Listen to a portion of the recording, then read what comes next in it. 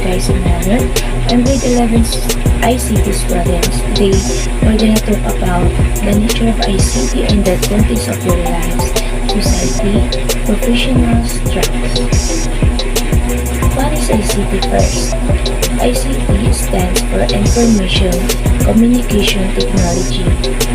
Everyday usage of digital technology includes when you use a computer, tablet, or mobile phone, send the email, browse the internet, make a video call. These are all examples of using basic ICT skills and technology to communicate.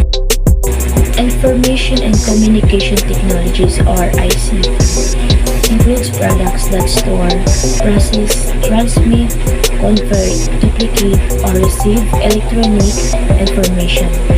Examples are software applications and operating systems, web-based information and applications, and operating system, web-based information and applications such as distance learning.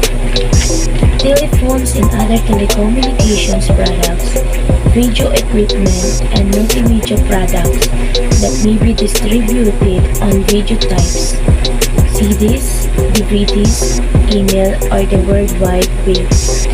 Office products such as photocopiers and fax machines, calculators, and computer hardware. Electronic textbook, instructional software, email, chat, and distance learning programs are also examples of ICT.